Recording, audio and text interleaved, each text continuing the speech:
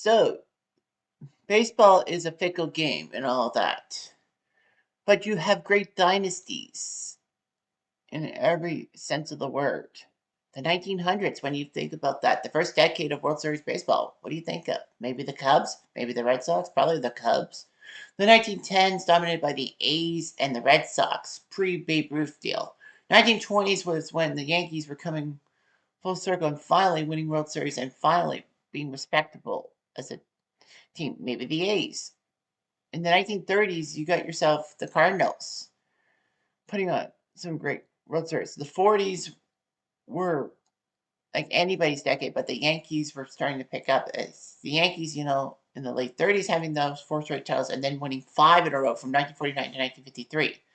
Basically, it was the Yankees against whoever the National League could throw at them, put them in the Wolves, until the Yankees dynasty slowly died by the 60s. And all that. And the 1960s, you think the Cardinals? I say so too.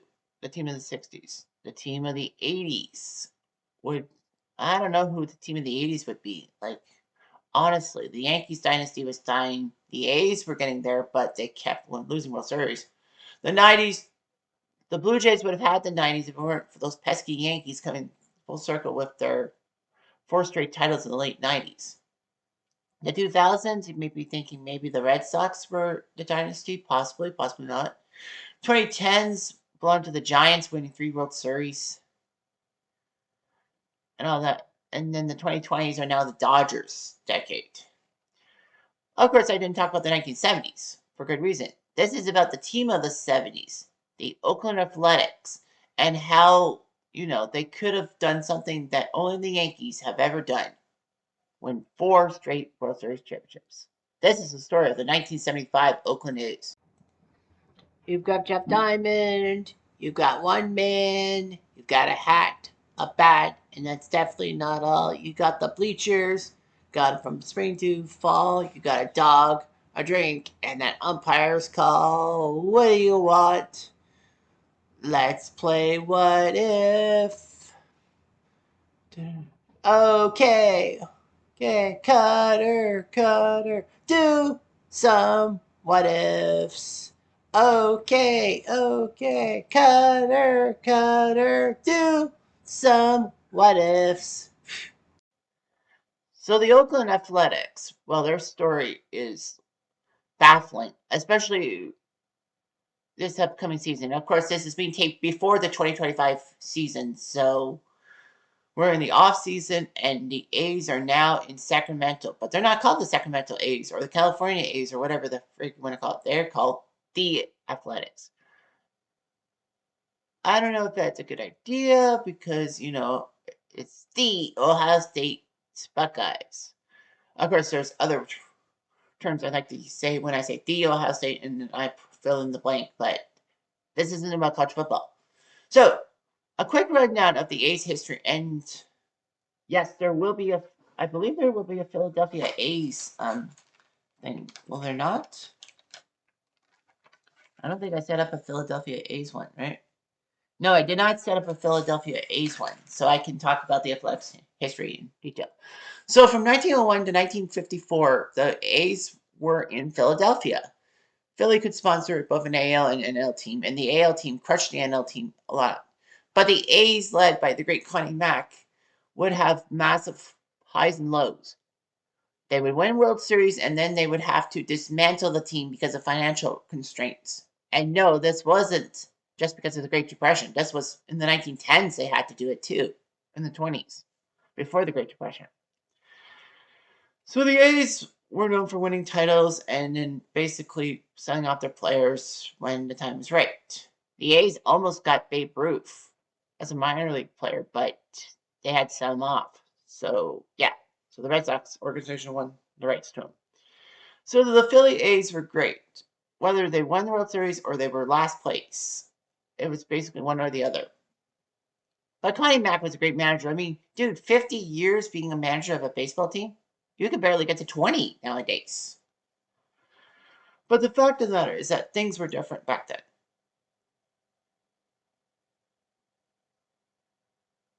And then basically what ends up happening in the 1900s was good. So the A's were, of course, financially strapped, so much so they had to make a move. And in 1955, the city of Kansas City, yes, that's right, Kansas City, got the Philadelphia A's. So the Kansas City A's were atrocious. They had a decent stadium, municipal stadium, and all that, but Arnold Johnson just couldn't bring pride to the Kansas City A's. But one thing the A's were known for in Kansas City were the constant trades with the New York Yankees. And a lot of the trades were one-sided, that the Yankees would get these veterans and these young guys who would be good, and then they would trade away players and all that. One major trade was when Kansas City traded Roger Maris to the Yankees. I don't know if that was for Slaughter. I don't think so. But anyway, yeah, the Yankees would give over-the-hill players to Kansas City, and Kansas City would give young prospects to the Yankees. Now, it is worth noting that Kansas City was once known as the Yankees' top farm team, like the farm system. The Yankees' farm team was Kansas City.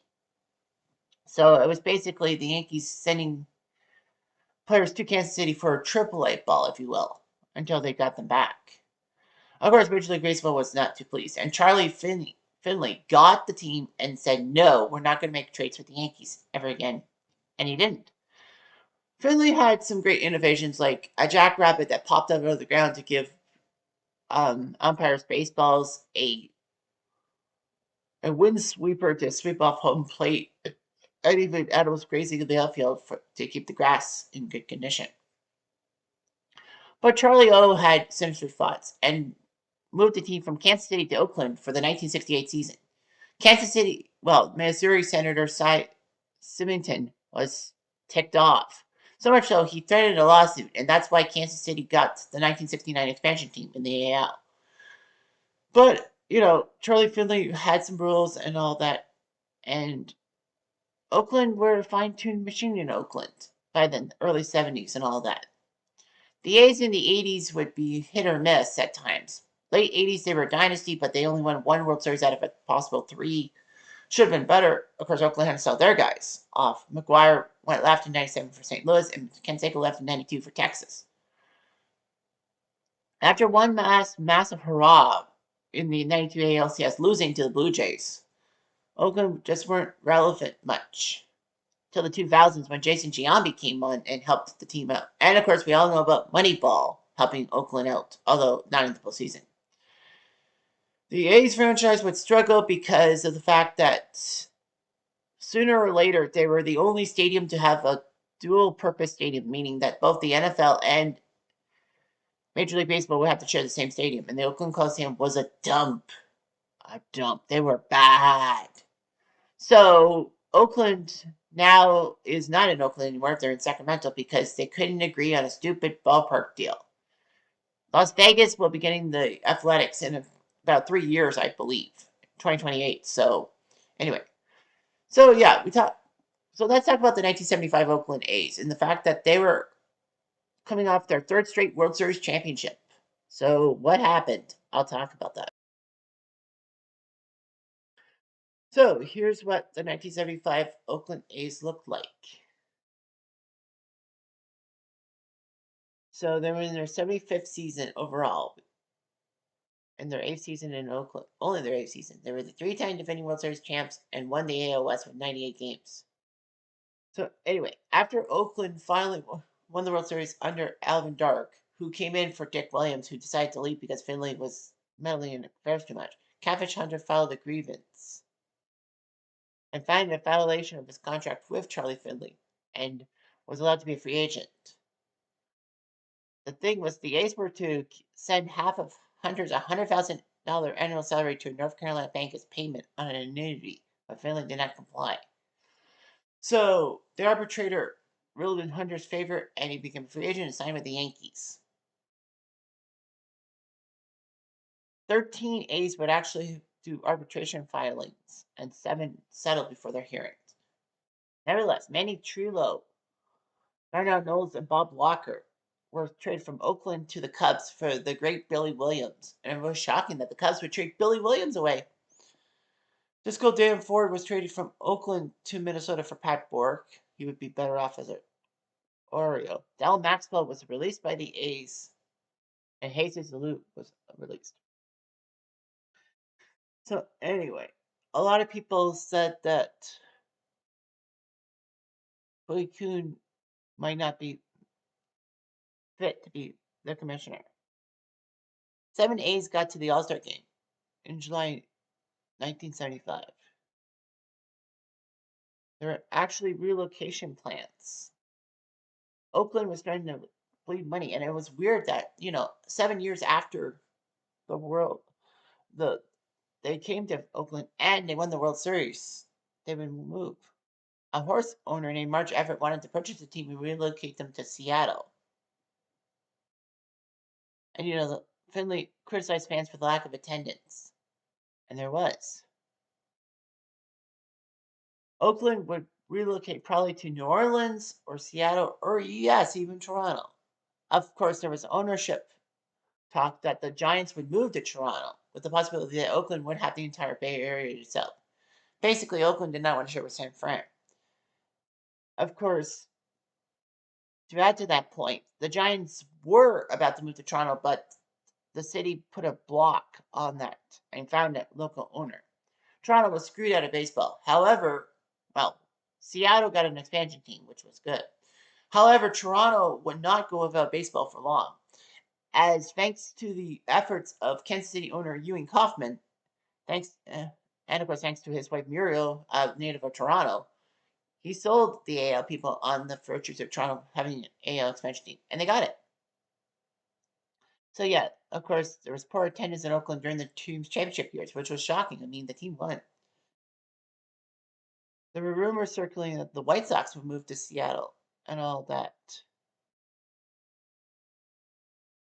There were rumors circulating that the White Sox would move to Seattle and that Charlie Finley would move the A's to Chicago and be closer to his home. Unfortunately, he had a 20-year lease that would only expire in 1987. And also, the White Sox were sold to Bill Feck, who was coming back to being an owner. The A's crushed everyone. Well, 98 wins is good. Them and Kansas City were the only ones of the 6-team AL West to win, be above 500. Oakland did split games with the Yankees, the Tigers, and the Red Sox. But they weren't below 500 against everyone else.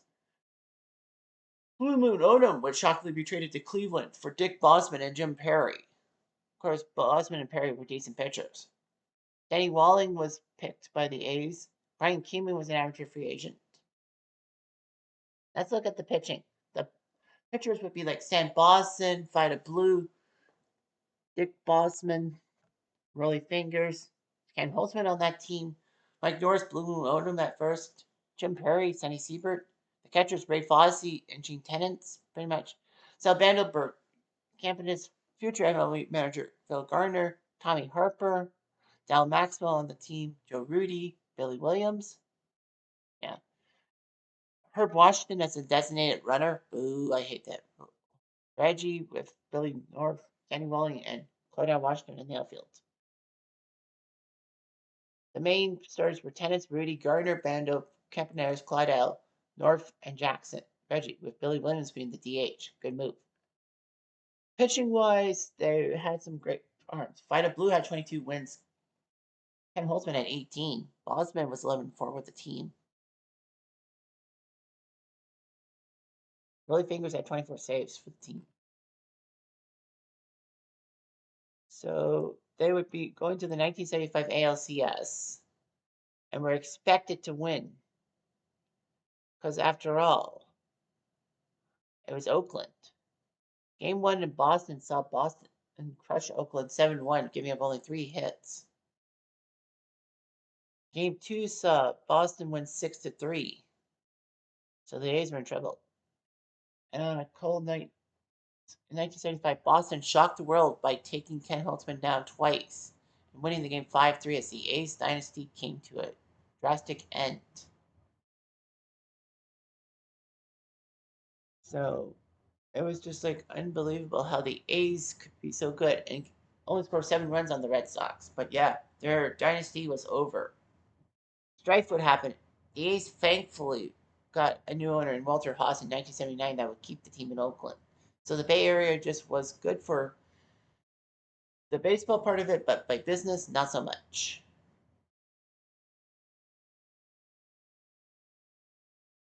All right, so this is what would have happened. So the what if, of course, is that Oakland, what if they had taken care of the Bo Sox and went to the World Series to take on the Big Red Machine?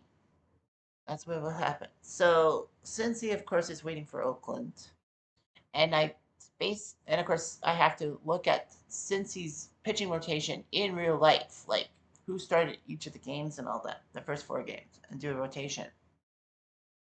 And I found out that Gullet pitched game 1, started game 1. So Oakland definitely would have went Fight a Blue to start game 1. So the Reds take on the A's, and that's play. Game 1. Game 1 sees the Reds win 7-2 as George Foster RBI single in the first inning. It was 1-0 for the longest time. In the 5th inning, Joe Morgan hits a 2 RBI single, and then Dendreesen hits a single to score Morgan. But Gene Tennant goes deep for a 2-run tater tot to make it 4-2. Then in the 8th, when Jackson Todd pitches, Ken Griffey Sr. with a triple, Cesar grounds out. And then after Concepcion gets on base and Rose flies out, Joe Morgan hits a 2-run home run to make it 7-2. And that's how it ended. Pedro Bourbon came in to pitch. I don't know why. But yeah, you got Billy North to ground out. Vita Blue went 7 innings. Jim Todd. I know there was Jackson Todd in the MLB. Goal went 7. Then Will McElhaney went an inning 2/3. Bourbon pitched the last out. So the Reds were up 1-0. Game 2 would see Ken Holtzman, because why not, against Jack Billingham. And in game 2, the A's would actually win the game 8-5. Reggie would hit an RBI single score Bill North, and Joe Rudi grounded out to score 10 hits. Tony Perez went deep to make it 2-1. And then Claudette Washington hits a single to score Campaneris, and Jack Billingham with wild pitch 4-1 Oakland. But in the 5th, the Reds would put up numbers. Griffey had a single, and then Dreesen scored on that play. After a sacrifice bunt by Geronimo, Concepcion gets an RBI single to score Griffey. Steals second, and then scores on Rose's single. Joe Morgan hits a double to make it 5-4. By the bottom of the 5th, with the bases loaded, Bert Campaneris hits a single to score Joe Rudi. Unfortunately, Billy Williams gets caught at the plate, and then Phil Garner hits an RBI single to score Bando. Make it 6-5. Bled out Washington after Clay Kirby came in, flies out for a sacrifice to score Campy. At 7-5, the A's would add an insurance run on Joe Rudi's home run in the 8th. Rolly Fingers came in for the save and got Griffey's, Cesar, and Concepcion to round out. Holtzman went 7. Jim Todd went the 8th inning. Rolly Fingers pitched the 9th for the save. Billingham 4 1/3. Clay Kirby went 3 1/3. And McElhaney got the last out. So onwards to Cincinnati. And it will be Gary Nolan versus Sonny Siebert. Game 3 sees the Reds win 6-4. Johnny Bench went deep off Siebert to make it 2-0. I love you. And then the Reds were up 4-0 on Morgan's home run, and then Siebert bobbles the ball. It was 4-0 Reds. It looked good. And 6-0 Reds in the 8th when Dreesen hits a 2-run home run coming into the game for Nolan to make it 6-0. Clay Kirby came in to pitch. Billy North singled. Gene Tennant walked. Reggie walked, so the bases were loaded. But Joe Rudi hit a double to score all 3 runs to make it 6-3. Raleigh Eastwood came in for kind of the save. Bando flew out. Could not get the run and move. Campaneris does get an RBI ground out to make it 6-4, but there were 2 outs and Garner grounded out, so the Reds win. So Nolan went 8 innings. Kirby just bobbled it. Well, they pinch hit for Gary Nolan. Probably thinking something was up. But yeah, Kirby almost fucked it up, but Eastwood with the save. In more ways than one. Siebert went 4 innings, then Jim Perry came in. You're the real Jim Perry. Yeah, 3 innings of work, and then Jim Todd just Couldn't do it. Game 4 saw Fred Norman. In real life, it was Fred Norman versus Dick Bosman. And in the end, it was the Reds winning 5-4. It was close. Gene Tennant's hit a home run. What is it with Tennant's in Cincinnati? Cesar Geronimo hit a triple to score Perez and Griffey. Norman hits an RBI single to help his own cause, 3-1. Cesar Geronimo hits a line drive double to make it 4-1, scoring Griffey. And then in the fifth, Tommy Harper came in to pinch hit for Dick Bosman and hits a home run to left field to make it 4-2. Joe Morgan then bobbles a ground ball to get Clyde Washington on base. Billy North hits a single, make it first and third, and then Gene Tennant hits a double to left center to tie the game at 4. Jim Perry came in to pitch, and after getting George Foster, Tony Perez hit a home run to make it 5-4. And it stayed 5-4. Eastwood came in for the save. Rudy, Bendel, and Campy were knocked out. Norman won 7, McElhaney 1, Eastwick 1. Bosman went 4 innings, but Jim Perry was the guy who botched it. So game 5 would see back to the top of the order. It was back to Don Gullett versus Fight of Blue. Can the Reds take care of the A's in 5? The answer is yes, they can. The Reds win 2-1. It was a close one. Joe Morgan went deep in the bottom of the third for a 2-run home run as cats are meowing in the distance. Joe Rudy grounded out. It was 2-1 in the fourth. The Reds had runners on first and third, but Gullett hit into a double play.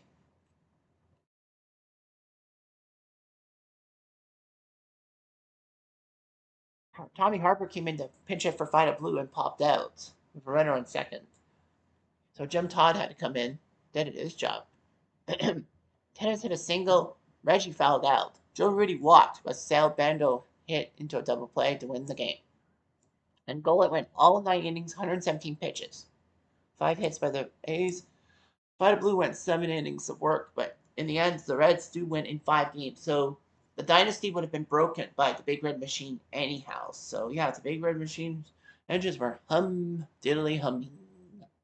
Anyway, I'm Jeff. I'm gonna do.